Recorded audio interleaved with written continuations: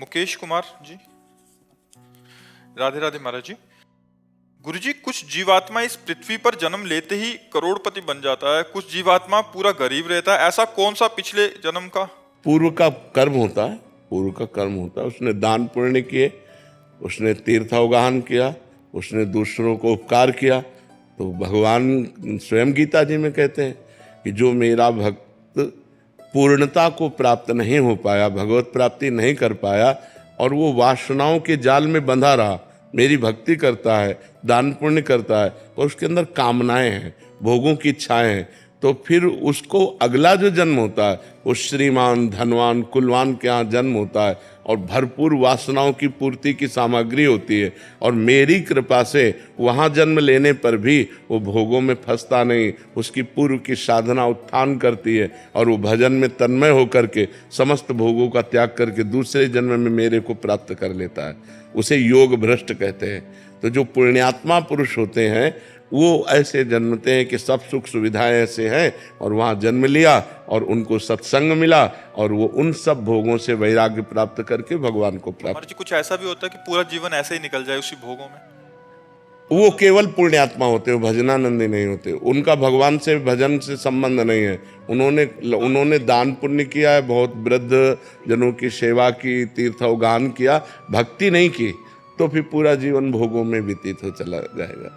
वो ऐसे नष्ट जीवन माना जाता है, इसे कोई महत्वपूर्ण जीवन नहीं माना जाता। महत्वपूर्ण जीवन माना जाता है जो भगवान से जुड़ा हुआ होता है, उसी का जीवन महत्वपूर्ण है। जिन हरि भगति हृदय नहीं आनी, जीवित सौ समान ते प्राणी। इस मनुष्य जीवन की मान्यता है, हरिभज छान न मान नर्तन को, मति बंछय रे मति बंछय तिल तिल धन को। ये मनुष्य जीवन का जो मान है, इस मनुष्य जीवन की जो महिमा है वो भगवान के भजन की है, ना कि धन की। धन कोई महत्वपूर्ण बात नहीं, महत्वपूर्ण बात है भगवान से चित्त जुड़ा है कि नहीं जुड़ा है, ये बात है। सुधीर प्रताप मिश्र जी। श्री राधा राधे राधे महाराज जी। महाराज जी, आपके श्रीमुख से सुना है कि सब नाम एक ही परम सत्ता के परिचायक हैं। इससे काफी दुविधा नष्ट हुई। दास श्री हनुमान चालीसा का पाठ करते हुए माथे पर राम नाम लिखकर मानसिक अभ्यास कर रहा है। अभी आरंभ काल ही है, किंतु राम नाम के साथ साथ आपकी वाणी के प्रभाव या नाम रस पान के कारण श्री राधा नाम अचानक मन में आ जाता है। तब दोनों नामों का अभ्यास कर लेता हूँ। महाराज जी, आगे क्या करूँ? राम नाम पहले से ही जप रहा हूँ। हाँ, राम नाम ही करते रहो, राधा नाम आ जाए तो कोई बात नहीं, आप राम नाम में ही रति प्राप्त करो, ठीक है? आपको इरिका जी। राधे राधे महाराज जी। महाराज जी, मैंने जब से आपको सुना है जीवन में बहुत सुधार आया है। मेरे मन में शिव हैं और पाठ जपजी साहिब और गोपाल आरती करती हूँ। और महाराज जी, ये पूछना चाह रहे हैं आगे कि अगर आप दूसरे देश में रहते हैं तो क्या जब वहाँ सूरज निकलता है तो उस वक्त का ब्रह्म मुहूर्त माना जाता है? हाँ, वही, जहाँ हम जिस देश काल में रहते हैं उसी के अनुसार हमारी साधना आराधना होती है। अब वहाँ जिस समय सूर्य उदय होता है वहीं उस समय प्रातः काल मानिए और उसके अनुसार कीजिए। जैसे हम अपने यहाँ सूर्य उदय और सूर्य अस्त का संध्या वंदन करते हैं, ऐसे जहाँ सूर्य उदय हो, जहाँ अस्त हो, वहाँ वैसे करना चाहिए। एक देश से दूसरे देश में अंतराय तो होता ही है, समय का अंतराय होता जरूर होगा। अपने देश में ही पूरे देश में समय का अंतराय पड़ जाएगा, फिर अन्य देशों में तो पड़ ही जाएगा। तो जहाँ जिस समय प्रातः काल होता हो वहाँ प्रातः वंदना, सायं वंदना अपने समय के अनुसार करें। प्रियांशी जी। श्री हरिवंश महाराज जी। महाराज जी, मैं रोज आपको सुनती हूँ और नाम जप भी करती हूँ। जो विपरीत आचरण होते हैं भजन के, उसको भी छोड़ने के प्रयास कर रही हूँ और छोड़ दिए हैं, लेकिन खुद पर संशय रहता है जिससे पूर्ण रूप से माया नहीं छूट पाती। खुद पर क्यों संशय रहता है? खुद तो भगवान को समर्पित हो गए हम। इतने बड़े बड़े साधक हैं तो प्रभु मेरी तरफ क्यों देखेंगे? असल बात अभी प्रभु को जाना नहीं ना, किसका प्रश्न है? अभी प्रभु को जाना नहीं। प्रभु एक होते हुए भी अनंत है ना, तो तुम्हारे प्रभु अलग है। तुम्हारे प्रभु तुम्हारे साथ है, हमारे प्रभु हमारे साथ है। अलग अलग भगवान सबके साथ हैं, एक होते हुए भी अनंत है ना, तो वो अनंत रूपधारी भगवान, मेरा पर्सनल भगवान, वो मुझे पर्सनल प्यार करता है। इसलिए हमको ये नहीं सोचना कि बहुत लोग भगवान को प्यार करते हैं तो भगवान हमें कैसे प्यार करेंगे। भगवान कोई इंसान तो है नहीं। जब अयोध्या में श्री भगवान आए 14 वर्ष वनवास के बाद, तो एक एक बच्चा बच्चा भगवान से मिलने के लिए व्याकुल था। 14 वर्ष से इंतजार कर रहे थे। तो ये हुआ कि श्री राम जी आए तो सबको लगा कि मैं अभी मिलूं। तो अमित रूप प्रगटे ते ही काला, क्षण महु सब ही मिले। एक क्षण में अनंत रूप राम जी के धारण कर लियो, सबके गले लग रहे हैं। तो भगवान एक होते हुए भी अनंत है ना। हमारे भगवान हमको प्यार कर रहे हैं, आपके भगवान आपको प्यार कर रहे, सबके। तो भगवान बहुत रूप हैं एक होते हुए। तो हमें ये ध्यान रखना चाहिए कि हम जिन भगवान से प्यार कर रहे हैं सिर्फ हमारे वो और हम उनके हैं, तो हमारा प्यार बढ़ेगा। नहीं ये संशय में होगा कि हजारों की लाइन लगी, बड़े बड़े संत महात्मा, हमें भगवान कैसे पूछेंगे, ऐसा नहीं है। भगवान एक चींटी का भी खबर ले रहे हैं। वो एक चींटी की, कोई विश्व में ऐसा नहीं है जो भगवान की नजर से अलग हो। वो एक चींटी को भी देख रहे हैं, उसको भी भोजन देख रहे हैं, उसको भी पालन पोषण कर रहे हैं, सबका। वो बहुत बड़ा महामहिम ईश्वर, इसीलिए अनंत है। वेद आज तक पार नहीं पाए, ऋषि मुनि पार नहीं पाए, वो बड़ा करुणामय। और सबसे बड़ी बात है कि सबसे नजदीक हमारे हैं, हमारे हृदय में ही विराजमान है। जहाँ हम हैं वहीं वो हैं। और अगर हम शुद्ध करके इसे फिल्टर करके बोलें तो जो हम हैं वो है, जो वो है वही हम। पर वो वहां तक पहुंच ले इसलिए हम दो करके बात करते हैं। नहीं तो उसको अगर और शुद्ध करके बोले, तत्त्वम असि, वेद कहता है तत्त्वम असि, तुम वही हो और कोई नहीं है। तुम शरीरों में आकर के शरीर भाव से भूल गए हो, नहीं तो तुम वही हो, तत्त्वमसि, तुम वही हो।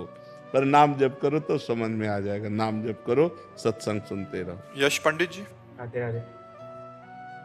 राधे राधे महाराज जी। महाराज जी, हमने आपके मुख से शरणागति के बारे में काफी सुना है और समझा भी है, लेकिन कहीं ना कहीं मन को लगता है कि मैं पूर्ण रूप से शरणागत नहीं हूँ। तो हम मन, कर्म और वचन तीनों से पूर्ण शरणागत कैसे हो सकते हैं महाराज? भगवान के पावन चरित्रों को सुनो, भक्तों के पावन चरित्रों को सुनो और नाम जप करो।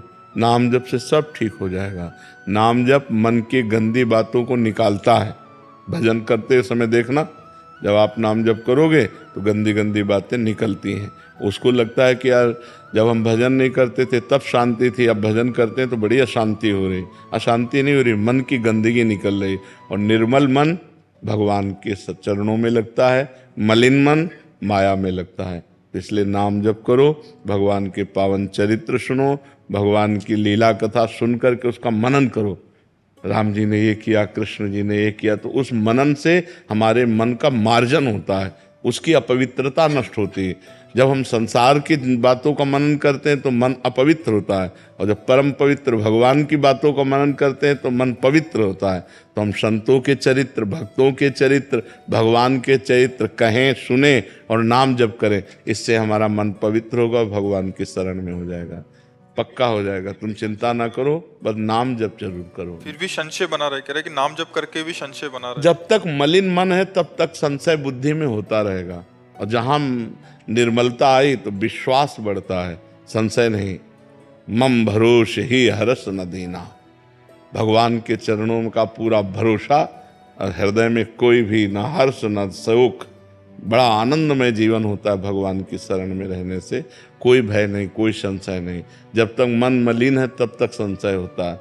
दृढ़ विश्वास, भगवान के चरणों में दृढ़ विश्वास हो जाता है पवित्र मन होने पर, और अपवित्र मन में संशय बना रहता है। और संशय जब तक रहता है तब तक ठीक नहीं रहता। संशय आत्मा विनश्यति, संशय ठीक बात नहीं है। दृढ़ विश्वास करो, हम भगवान के हैं, भगवान हमारे हैं, हम जैसे भी हैं अपने भगवान को समर्पित है। ये तभी आएगा जब खूब नाम जप करोगे, खूब भजन करो। ज्योति जी, गुजरात से। राधे। राधे राधे महाराज जी।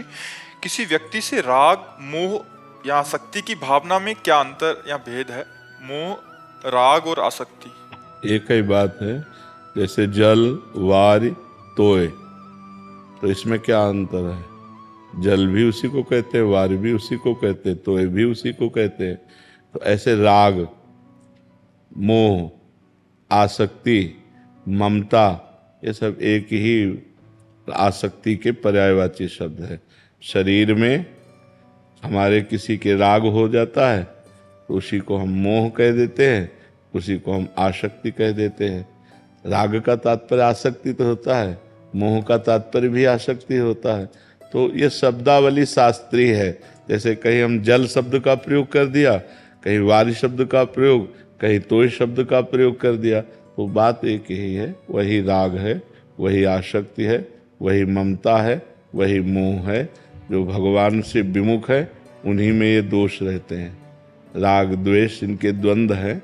राग द्वेष जो हमारे अनुकूल पड़े उससे राग हो जाता है, और जो शरीर संबंधी हैं उनसे मोह हो जाता है, और जिनसे अत्यंत सुख की आकांक्षा होती है उनमें आसक्ति हो जाती है।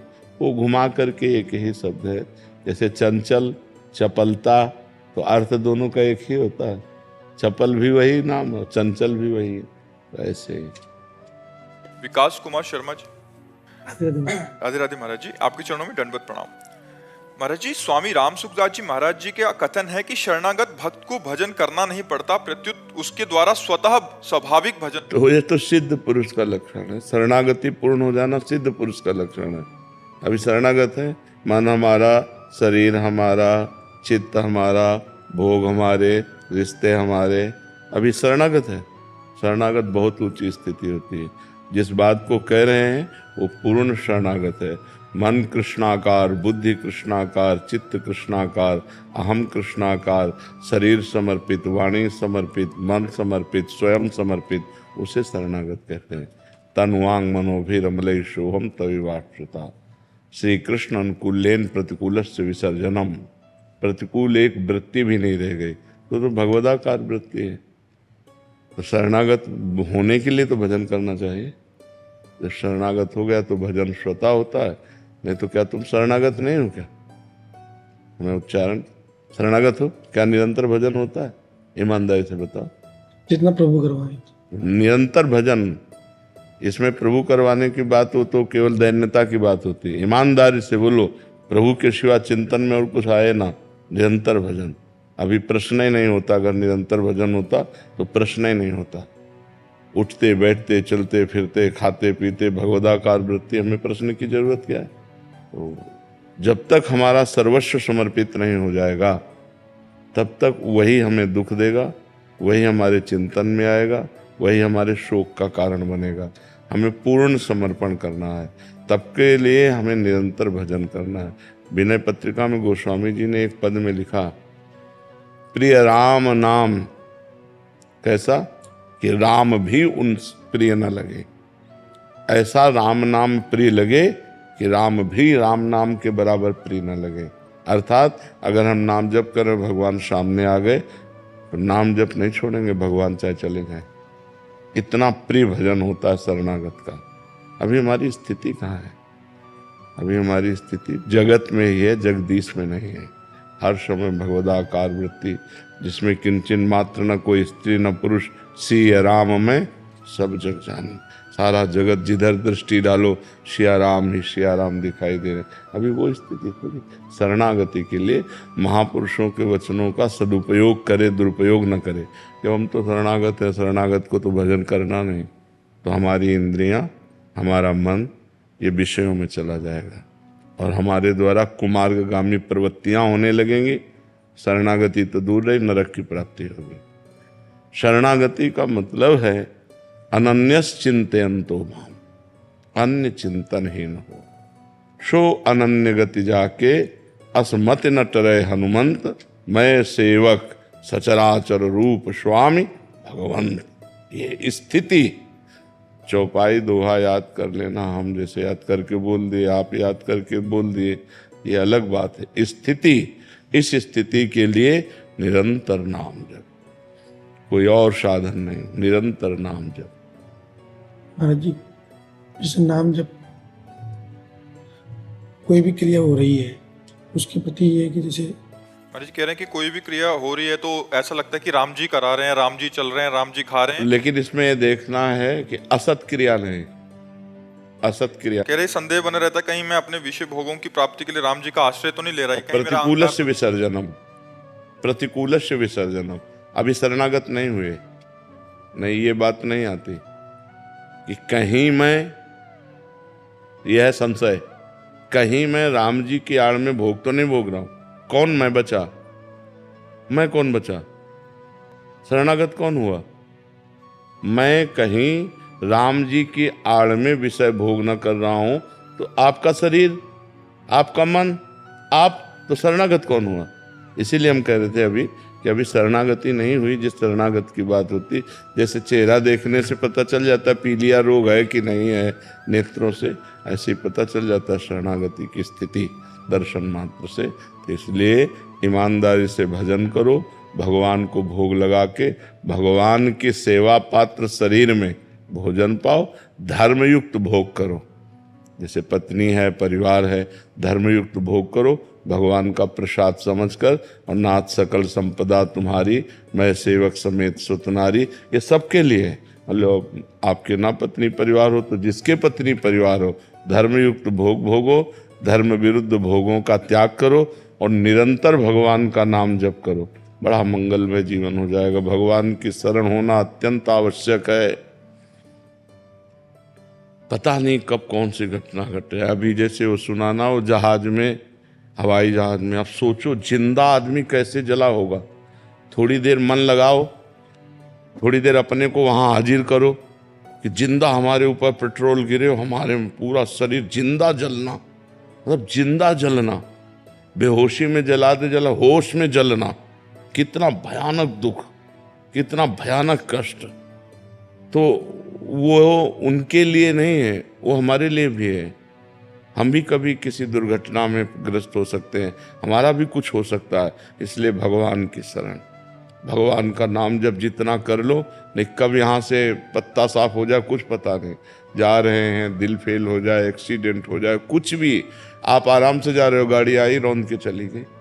कितने ऐसे केस होते हैं, कब कहाँ कौन। अच्छा, हवाई जहाज वाले तो जल गए, लेकिन जहाँ हवाई जहाज गिरा वहाँ भी तो लोगों की हानि हुई होगी। अब वो अपने आनंद से कोई खा रहा है, कोई पी रहा है, कोई घूम रहा है, कोई बात कर, कब कहाँ क्या हो जाए, इसका नाम मृत्यु लोक है, बड़ा भयावह है। इसलिए भगवान का नाम जप करना अत्यंत आवश्यक है। जिन्होंने गर्भ में रक्षा की वही हमारी सर्वत्र रक्षा कर सकते हैं, दूसरे की सामर्थ्य नहीं है।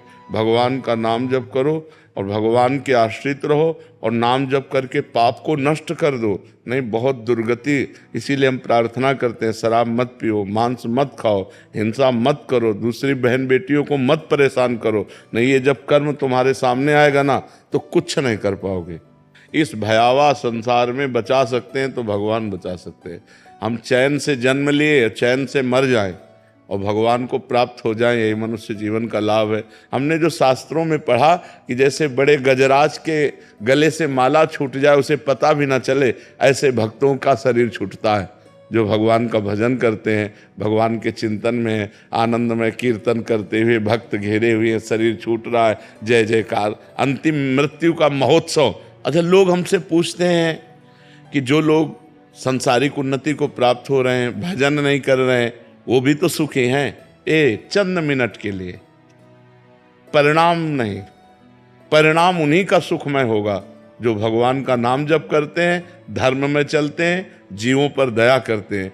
आध्यात्मिक बैलेंस शीट अच्छी करनी पड़ेगी। हाँ बिल्कुल बिल्कुल, बिना आध्यात्म बैलेंस शीट नहीं। हाँ, भौतिक उन्नति कुछ नहीं है, क्योंकि परिणाम हमें देखना। परिणाम में क्या है, इस शरीर को तो नष्ट ही होना है, तो इस शरीर के लिए हम पाप क्यों करें। इस शरीर से हम भगवान की शरण में हो, भगवान का नाम जप करें, अच्छे आचरण करें। जी।